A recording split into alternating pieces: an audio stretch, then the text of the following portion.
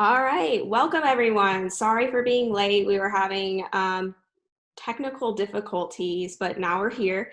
Welcome to East Conference 2020, hashtag Play On breakout sessions, hosted by East and sponsored by Windstream. My name is Sarah Swisher, and I am the project coordinator at East. And my name is Melissa Clemens. I'm the student training coordinator at East. I'm Jordan Taylor, and I'm part of the technical support group at East, and we're your moderators. We'll be here to answer your questions and to help troubleshoot any issues you might be having. We just want you to take a moment to familiarize yourself with the options with Zoom and with the chat, so you won't miss any opportunity to chime in. We will be taking questions at the end of the session, so please put them in the Q&A section or in the chat. Before we begin, we want to recognize our virtual breakout session sponsor, Windstream. Windstream is a leading provider of advanced network communications and technology solutions for consumers, businesses, enterprise organizations, and wholesale customers across the U.S. The company supplies core transport solutions on a local and long-haul fiber network spanning approximately 129,000 miles. Thank you, Windstream, for sponsoring the breakout session. If you're unfamiliar with East but have chosen to tune in, thanks. Here's a little bit about what we do. East is an educational nonprofit headquartered in Little Rock, Arkansas. We put industry-grade technology into classrooms so students can do service projects in their communities. With 259 programs spanning across Arkansas, Oklahoma, Louisiana, and Pennsylvania, we provide all learners with the opportunity to have relevant, individualized, and life-changing educational experiences. Joining us today for our panel are Bryce Smith, David Kersey, and Sarah Daigle. First up is Bryce Smith, who is a technical director for First Orion's Data Solutions Division. Bryce is an East alum from Fordyce High School and former technical support representative at East. Secondly is David Kersey, who is the executive director of Pixel, a school for media arts that brings world-class education dedicated to careers at the crossroads of creativity and technology. David's personal mission with Pixel is to tell students they can achieve the creative career of their dreams regardless of where they're from. Lastly, Sarah Daigle, who is currently leading a team through Cognizant for J.B. Hunt with the goal of modernizing their transportation management system. She is also a member of the East Board of Directors. Her specialties include team development, technical training, product management, social networking, strategies, and being elegantly goofy. Thank you for joining us. Sarah Swisher is going to start us off with our first question. Sarah? All right, thanks, Melissa, and thank you guys for joining us. So our first question, pretty simple question, what was your first job in tech? Yeah, I can take this one. My first job in tech was actually at East. So I was a technical support representative, as mentioned in a little bio there. So right out of high school, when I was in high school, I worked as the on the tech support team at conference for a couple of years, and then I got the opportunity when I went to UALR to join the East family professionally and start working on tech support staff with a handful of great people. And so it was a great opportunity and a great experience, and launched my entire career.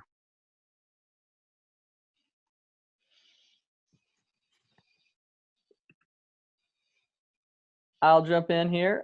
My first job in tech was actually just freelance, doing freelance animation and digital graphics. So that's an official job. I guess in high school I was a part of the sort of TV production team that produced all the TV news, school news that went out to the school. But my first paying gigs were being a digital freelance artist.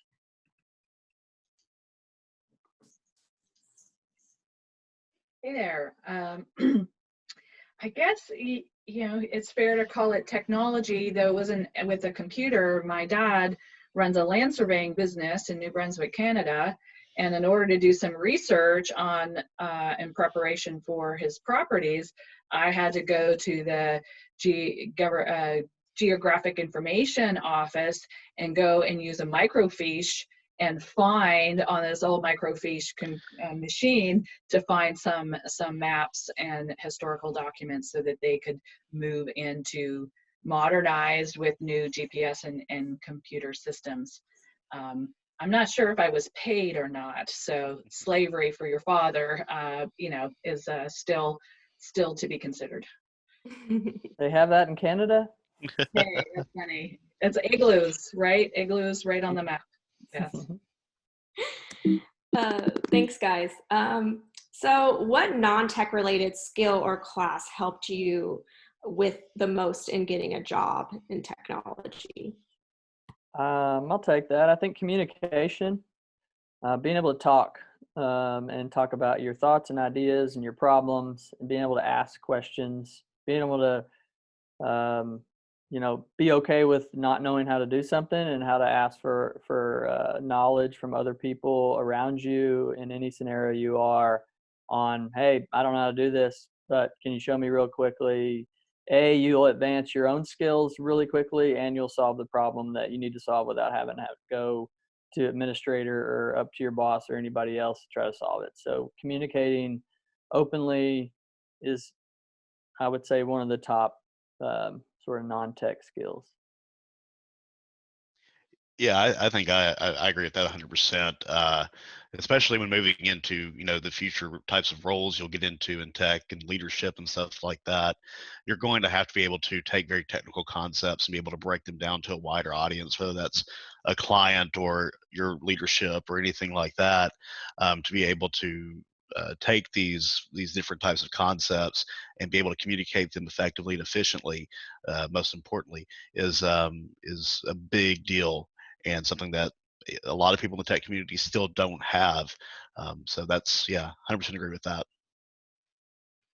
We get, especially in some of the harder sciences, whether it's computing, biology, physics, the personality that really is a quiet into deep research, this does not come naturally.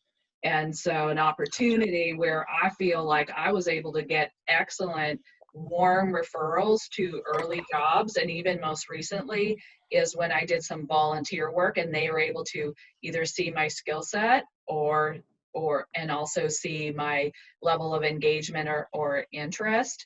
And so it was really easy for them to, hey, I worked with Sarah on this charity thing where we were building robots and she did great with teams. They could see you do your best work not in an interview situation, and then make you more comfortable to be able to nail that interview because you could talk about that specific situation, how you know ABC and what did you do together. And kind of going off of that and talking with communication skills, and then that archetype that people in tech aren't, that doesn't come naturally. What would you suggest with someone that doesn't come naturally? Like, how can someone work on honing in that skill to be successful in their career? Yeah, I think so. For me, I'm a book nerd, and so when I was in college, I started seeing that I was falling into that archetype of uh, tech guy sit in the back, not really speak up in meetings, just take work, do it, move on about my day. But I started really seeing that, hey, I've got some opinions and I know things about the stuff I'm working on a little bit better than other people, and so I want to be able to speak intelligently on that. And so I actually picked up a book called Thank You for Arguing.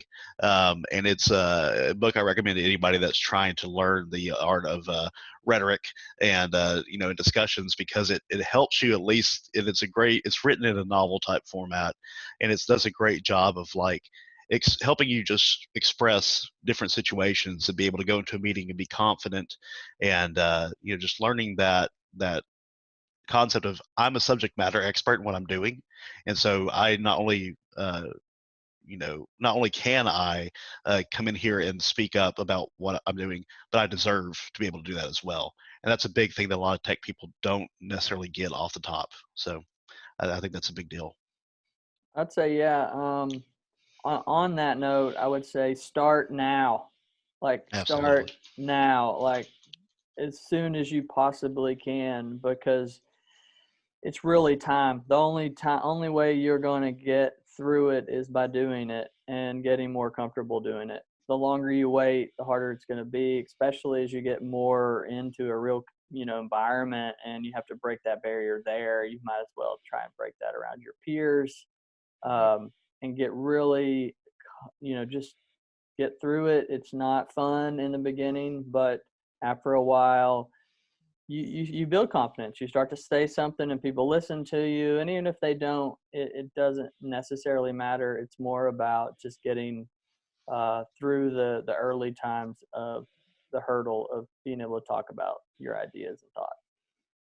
I think about my son who's 15, and that where I see that maybe he's practicing arguing or some leadership or some team skills is, a Dungeons and Dragons team. They're playing on, paper and pencil version, or his band that they're in. Some of the team members are not the front, the drummer at the back isn't always the personality. How do you manage 4 or 5 personalities and play a leadership and organizational role in something that you love, right? You probably do have some competencies and practicing expressing, a dissenting voice, and sharing that, yes, I do know things about this and I think we should adjust it like this, is a way to practice it without really practicing it, and because you want your band to get better anyway. And that's a way to grow that skill for you now, so that it's so more comfortable as you get into the work environment. Yeah, and if I can hop in on that real quick, that's a great point. Because I'm also a D&D player, but a lot of that. But one of the things I like to mention is you don't have to be the loudest personality in the room, right, to be confident. And that's the one thing I want to make sure that maybe some of you that are looking into getting into tech, or even just trying, if maybe tech's not the area, maybe it's just trying to learn how to be more confident. You don't have to be the biggest personality or the most boisterous person in the room.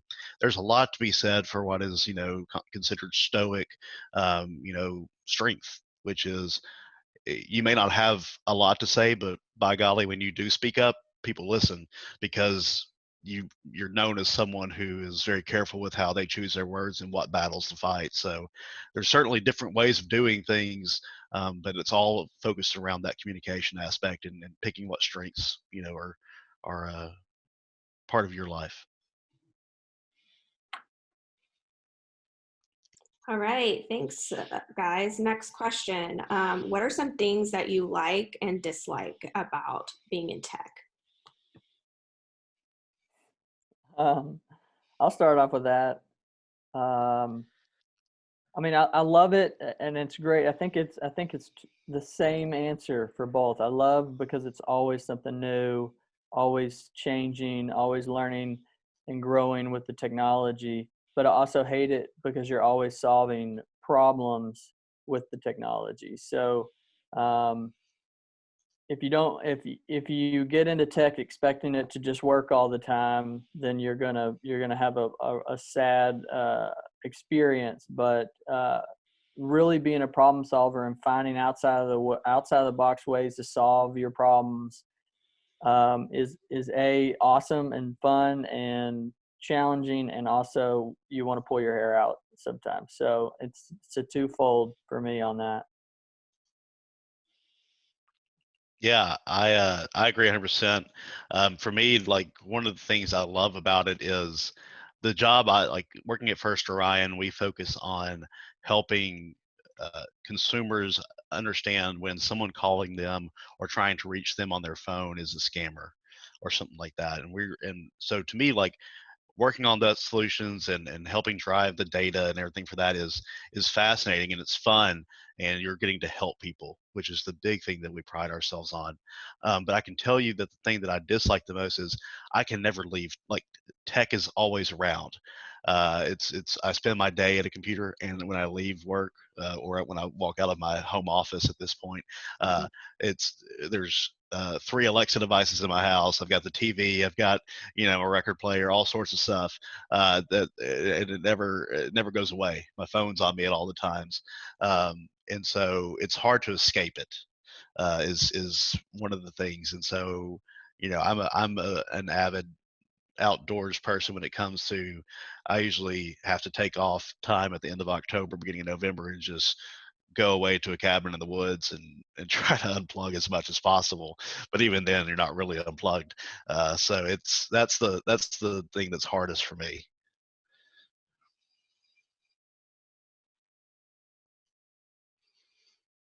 As far as working in tech, I have been in it now over 20 years in various pieces of it. The part that maybe makes me sad, or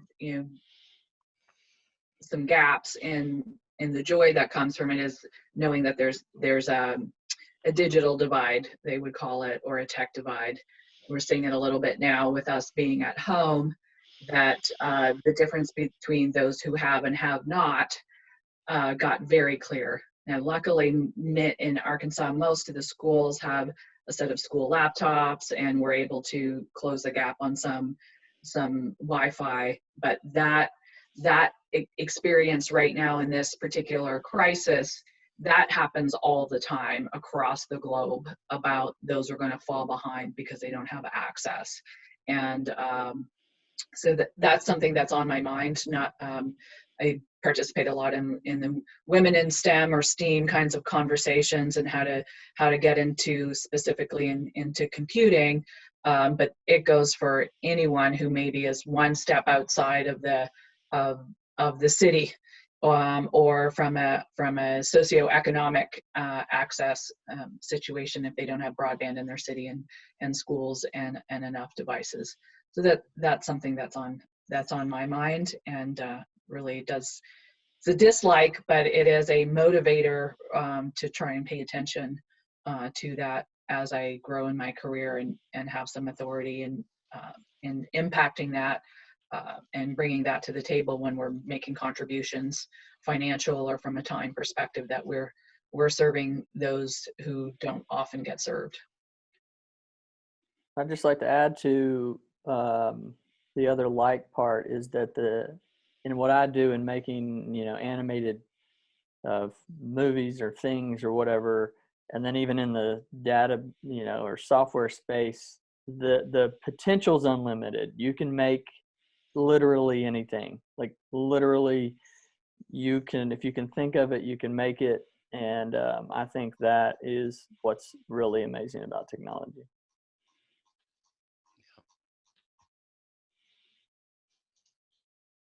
Thanks, guys. What are some things what are some barriers you face getting started in this field?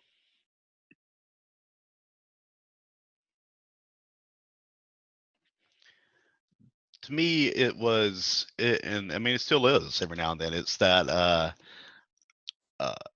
I'm a small town boy from South Arkansas, and so there's an external and an internal barrier there, right? There's the internal barrier of am I going to be good enough to do this? Am I able to do so? I'm not out in California. I'm not in Seattle or anything like that.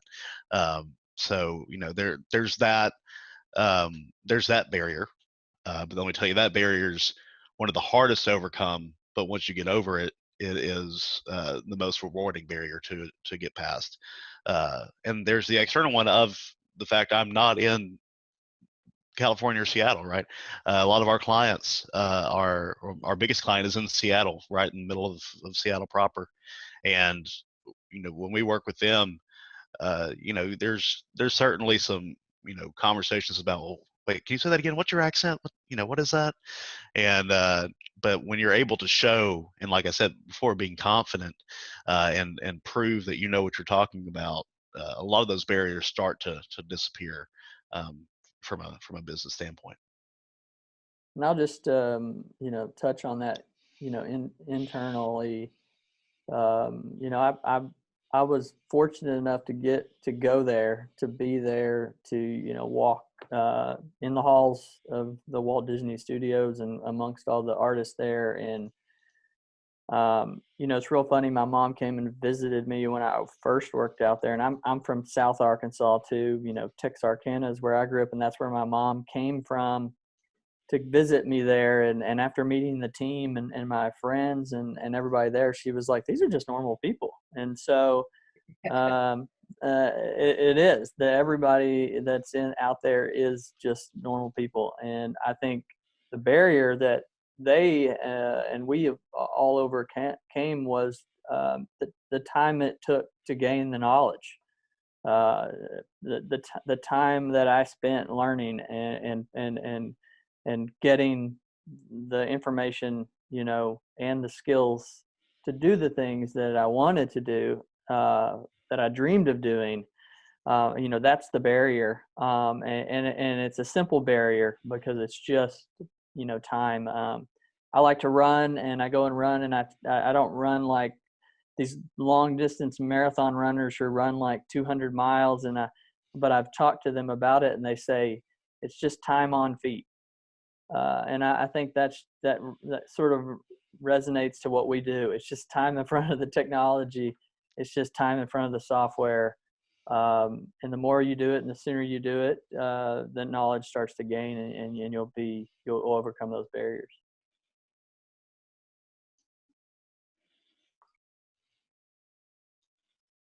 I didn't have too many barriers. I'm grateful for a good education that I had in Canada, and then fell into a program where I really did want to be a teacher. But I loved mathematics and the sciences, and found a degree that was a mix of tech and adult education. And a wise university leader said, "Hey, I think there's a thing here where you have to marry both sides." So I came into tech not from computing, not from IT, but from education. And I had to give this Java programming language thing a try, and I kind of dug it, and it came naturally. But I wouldn't have said that I didn't come into computing by recognizing that I had that passion for a career. I dawdled in it before, so it's not really a barrier, but for people to know that they could get there or find themselves as a leader in technology or in a STEM career by coming in a side door. So maybe you're interested in marketing, but you start working around data privacy for First Orion, let's say, and you may come to find to really understand that. And before you know it, you're a leader in that space, and you actually read all of the policies, and some people are asking you to advise the governor or some sort of task force in that, not because you built those technical protocols, but you understand the impact on the world. And so I want to encourage people not to self-block from their interest and which door they come in to maybe a technology company. Absolutely. All right, thanks. Next question. What were some of your professional goals when you first got started?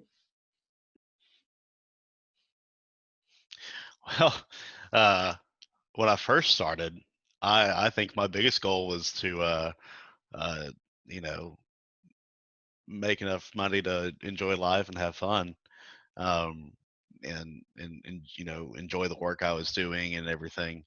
Um, Now my professional goal is to be vice president of data analytics for the Boston Red Sox. But things like things grow over time. But I think the biggest goal I had, and I still I always one time I got asked, who's your hero, and I was like, well, it's ask me again in 5 years. It's what I'm doing in the future, and I never can beat that guy. I can never, because he's always outperforming me somehow. I can just never catch up to him. But one of the things I love is in the East, really instilled this in me as a student is solving problems with technology. Really trying to figure out how can we help people, how can we benefit, um, the community? How can we benefit the world we're living in? And this is a message out to all the students today. The world that we come out on the other end of this current crisis is going to be different than what we was 2 months ago, and it's going to be full of challenges, full of new things, new opportunities. And I saw someone ask a question in Q&A that I'll save some of my thoughts on this for that question. But it's crazy how the world is going to evolve and allow for new opportunities for solving problems. So just keep your eyes open, your ears open, your hearts open, and yeah, you're going to find plenty of opportunities to set challenges and achievements and goals for yourself. Go ahead, Sarah. I'll go last. Actually, I thought I was going to become a professor and continue, postgraduate to working even here at the University of Arkansas after moving from Canada, and explored that several times, and chose not to do that for a variety of reasons. Some being that being a practitioner in technology was so much more lucrative financially than working in academia. That's not always the case anymore, and it depends on which area you're in. Of course, there are lots of ways to do some research in a university and have a fine career. But in the early 2000s, tech was on fire. If you could spell Java, you could make a lot of money for a young person with a little bit of experience. And there's still plenty of money in tech. And then also I really wanted to have my hands in it. And again, in the early 2000s, when I was looking at the programs, the difference between academia and the industry, I found quite far apart. But I'm not seeing that anymore, and they're trying to close it with some, for example, there's a blockchain initiative around transportation and supply chain happening with some of the biggest and the best, right? J.B. Hunt, Walmart, University of Arkansas, maybe even Department of Transportation, to use the latest technologies and take those big, beautiful brains at the university, fund them appropriately, give them real world scenarios. And so that's a little bit kind of like East, right? Where you put the tech plus the people, a little bit of guidance and some kind of community initiative to get to the other side of that. So I have not gone to earn my PhD, but try to think of myself as a student of the geek world industry. For me, the goal was big when I was in high school. I was starting out, and Toy Story, the movie, computer graphics came out. They put Jar Jar Binks into Star Wars and CGI, and I was like, that's what I want to do. I want to do that. And I remember walking through the halls of college at the Savannah College of Art and Design and looking on the job posting wall and looking at the job postings from all of the movie studios and being like, that's the dream job, and that's what I want to do. And so I was extremely fortunate to basically pack my car up and drive out there. And, it didn't happen right away. It took, over 2 years before I actually started to work on any kind of movie. And that movie that I worked on at that time never came out. Well, it came out like 8 years later for made for TV, TBS movie. But it was those experiences and meeting the right people that led me to, get hired initially for the Polar Express at Sony Pictures, and then from there on to Disney. So it's interesting to be able to talk about a goal and a dream, and for it to be made, and then to sort of change that to a new goal of coming to Arkansas and trying to tell and teach as many kids from Arkansas that internally there is no barrier for them to go and do the same thing.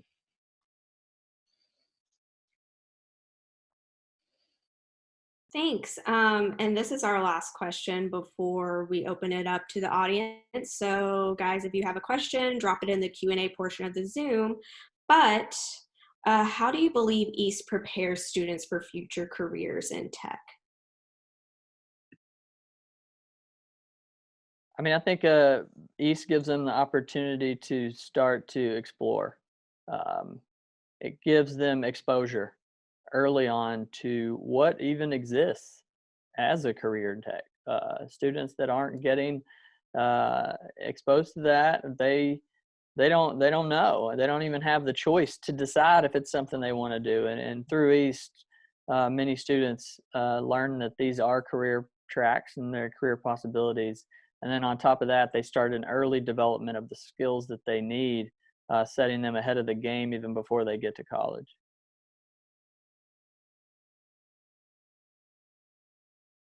Yeah, uh, I can't overstate this enough, or understate or whatever. When I was a student at Fordyce before I got involved with East, I didn't know what a Mac was. I didn't know what an Apple anything was. It was a foreign concept to me. I had a Windows XP box, and that was it. And that was what the kind of technology we were dealing with at home, and it's part of that tech divide that Sarah was talking about earlier. It was a different world. And then when I joined East, I learned what a server was. I learned what a Mac was. I learned how you could do different things, and how to what David was saying, these people who built some of my favorite movies and TV shows growing up, that, oh wait, I can have access to that software right now with no cost to me. It blew my mind. It was literally like a kid in a candy store, and still is to this day. And that's why I think it's so important, the work that East does, because not only does it give you those tools to be able to get involved in tech, but it gives you the opportunity to go find a problem and solve it, and to get involved in your community. And to me, I'm the type of person, I can't learn. Like, if you just handed me a manual and say go figure this out, that's not going to work for me. I need to understand why I'm doing something, and what the purpose is. And if it's something I care about, if it's something I'm passionate about, I'm a lot more likely to get involved and go drive for it and learn the tools I need to be able to succeed. And I think East is the epitome, the golden standard of allowing that and providing that for students.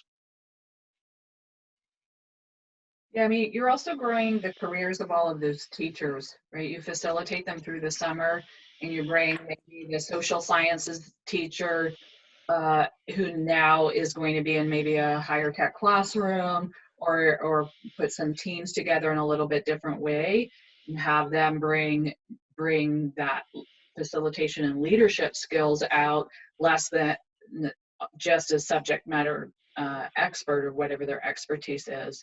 So I've seen some of them really blossom into their own career by leaning into that, and watching the teams to come together. So it isn't just the students who are benefiting from that, but seeing teachers have grow their careers, and then be ongoing ambassadors to the students, and for the program when they are serving the community and reaching out in those ways to continue to grow it.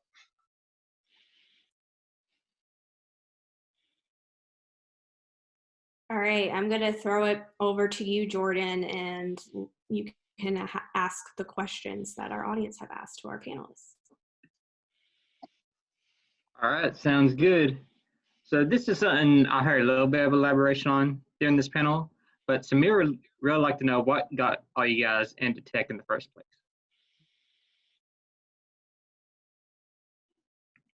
For me, interestingly, it's an odd route. I was an artist growing up, so I was drawing and I was painting, and I like to make pictures and create art. And I was sort of looking at a starving artist future, and I had no idea, what I was going to do with myself for a career. And as that started to become more of a realization as I got into high school, that's when I was introduced to a computer myself. Actually, it was high school, and saw the combination of art and technology, saw the combination of creativity and technology, and creating things and making things. And I was all, and I also was kind of a bit of a tech nerd myself. I did like to dig into the computer and play around with all of the different tools that it had, and understand it.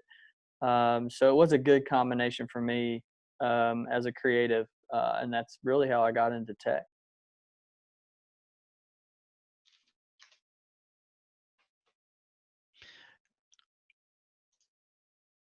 Sarah, I'll let you go on this one. Yeah, I actually had this wonderful neighbor growing up named Charlie. His daughters were the same age, and he was a ham radio guy. And he also liked to tinker. So on a rainy day, and we're in the basement doing puzzles, playing dolls, or he taught us, I must have been like 7 or 8 years old, how he was showing these manuals where you type in zeros and ones, and then the computer would spit something out on a screen. And I didn't seem all that interested in that. I'm not a hardware person. Some people like to tinker with the actual machinery. But then wise man knew that egotistical little 8-year-olds said, well, why don't I show you how to put your name on the screen 100 times? What? You don't have to type it. You only have to type it once. What? That was fascinating to me. And of course, at the time, I wasn't thinking about a technical career. When I look back, there's like these little nuggets back with the microfiche, or this little, I think it was like a little VIC-20 computer, and learning to play and be able to use it guided by, in my case, a grown man. And so this was like, there was never, for me, computers were never boys and girls. This is like a thing you can play with, toy, and removed that barrier, this internal barrier. I think there's still some external barriers to gender minorities, but that is the kind of stuff that got planted through my life that surely added up to have me be open and capable of taking on a technical career.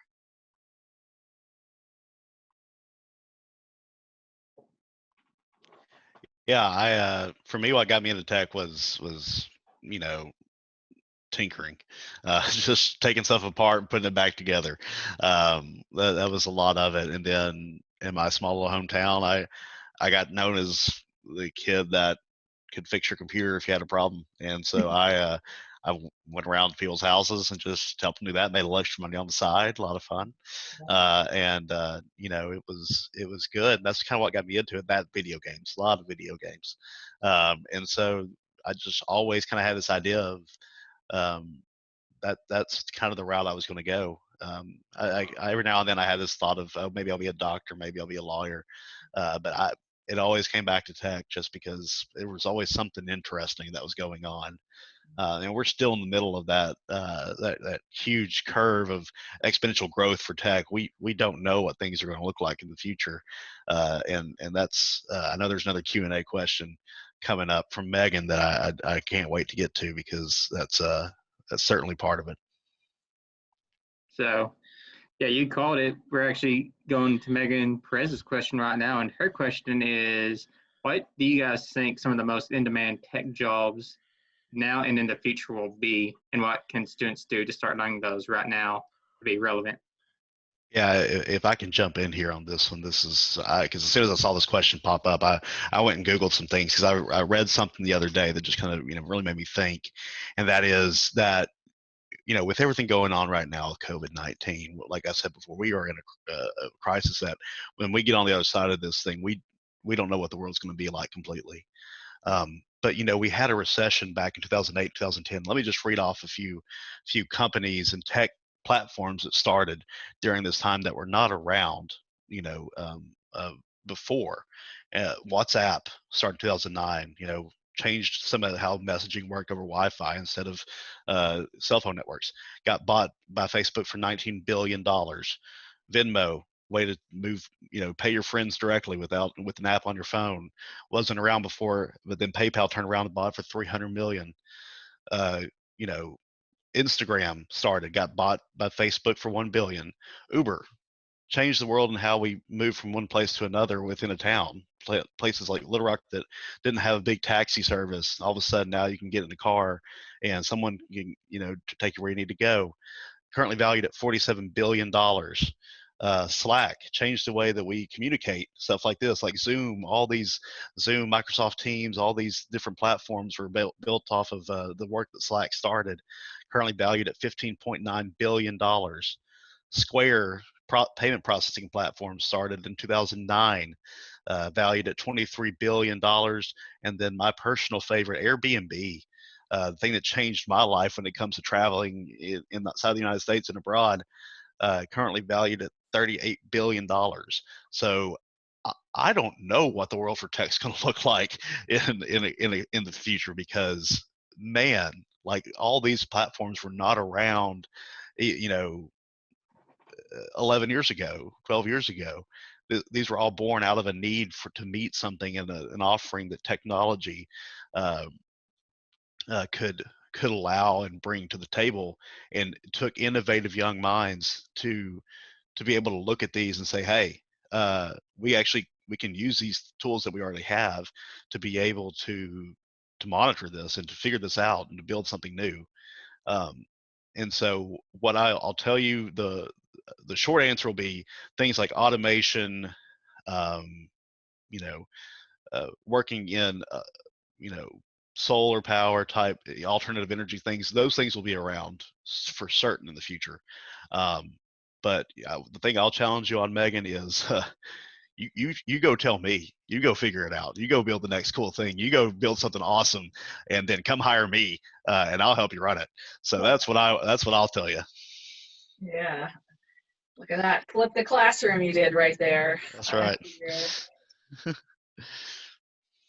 I like to build on your COVID-19 crisis and pandemic and some of the things that we're seeing people have jumping in, and where the needs are. Man, if you know how to run some sort of data set query, muncher or cruncher right now, people are dying for some predictive models, for systems that can keep that data up in real time and test for its accuracy and integrity. Anything around that data security clearly is a big deal globally, trying to make decisions quickly, from those of us who are, consuming this, trying to make sense of the situation. That one I also see the physical things. I saw a call out to anyone who's doing 3D printing, and I think some of our East teams actually leaned into that. The manufacturing process that needed to pivot to go from, instead of making, hey, fun toys and robots and Legos, we're going to make plastic face masks. We're going to make, ventilator exchange parts, and that you can pivot with that problem-solving mentality of going, I have this, can I change how I'm thinking about it just enough to solve a problem? And we're talking about within 48 hours, that changing entire manufacturing lines to do something else, pre-programming all of the machinery and basically the robots that instead of making gin are now making sanitizer. That all of it, to keep the problem solving, is never going to go away, even if the technology keeps growing and changing, and that where it's hard to predict what it is that we're going to use. But if you don't have that ability to pivot, then it'll just be a nice to have. And I'll come to it from a totally different perspective, in the sense of, in times like these, we need to laugh, and we need to hear a good story, and we need to find a fun character, and we need to get together and watch something that can entertain us, can take our minds off of some of the stress. So obviously what we do going forward, I don't think it's going to ever change. As you look back even at the letter that came in, I guess, of the Spanish flu and that pandemic then, and they were talking about how they wrote poetry and they read books and you know they leaned into sort of the artist in that sense. So you know, valuable skills that will be relevant in the future as they tie to technology and how you create things, and you can do it all on your own utilizing technology. Yeah, and on that note, if anyone needs a good pick me up, go check out Some Good News by John Krasinski on YouTube. I It's a heard great, that's awesome. yeah, it's a great example of someone just taking the opportunity that is going on here and trying to make things a little bit brighter. So it's awesome. All right. Well, thanks, Jordan, for letting everyone know all the questions that the attendees had. And then thanks, Bryce, David, and Sarah for joining us. We really appreciate it. It's about to be noon, and I'm going to pass it off to Melissa to close us out. Thanks, Sarah. Yeah, so we wanted to once again recognize our virtual session sponsor, Windstream. Don't forget to tune in tomorrow to our next virtual breakout session. And we will see you all then. Thank you so much for tuning in, and thank you to our panelists, and have a great day.